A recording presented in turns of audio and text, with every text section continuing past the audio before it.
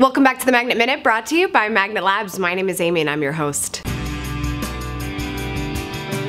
This week is Recovery Week for those attendees for the Consumer Electronics Show, which is an annual technology show out in Las Vegas. There was so much announced at the show this year, I thought this would be the best episode to do a little bit of a recap. First and foremost, 4K TVs, they're not going away. Just as present as ever, there were 4K TVs all over the show floor, and even better, actually getting within reach of the consumer's pocketbook. Because this has not exactly gone mainstream in consumers' households to get a 4K TV, there were a lot of options announced that made it a little bit more within reach. One example was from Sharp. They actually came up with a television that is somewhere between 1080p and 4K, but also displays 4K. Certainly my first introduction to subpixels and how this is the most high-resolution 1080p TV that also displays 4K, but I'm not the most technologically savvy person, so I'm really not going to judge. And I think it is great that they did come up with an option for people to have 4K within reach for their home with a little bit lower price point. Another way of proving that 4K is very present in multimedia today is that YouTube recently announced that 4K is going to be available on the platform, which made Sony's announcement of a 4K Handicam very interesting. The ability to buy a camera at a $2,000 price point that's about the size of a normal video camera that Sony would sell and have it be 4K quality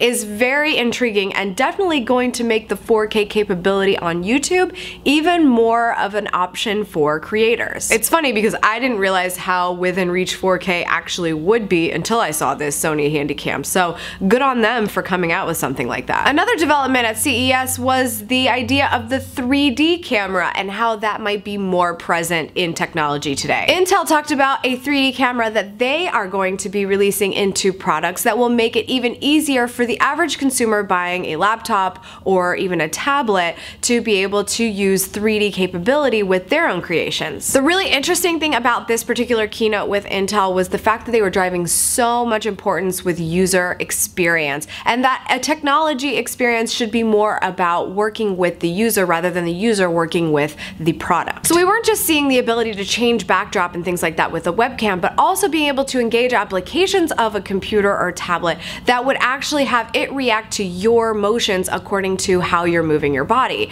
So with your hands, how are you moving your hands around? How are you directing a product to act based on your natural movement? Having it work with you rather than you working with it. Those were the big items that I saw at CES that were worth reporting back to you for the Magnet Minute. Thank you so much for being here. I appreciate it as always. Make sure you subscribe to this channel. I make a new Magnet Minute every Wednesday, and tweet with me at Schmatastic and at Magnet Media Inc.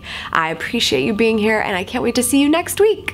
For more great tips and resources, make sure you sign up for the weekly newsletter in the Resource Center at magnetmediafilms.com/subscribe.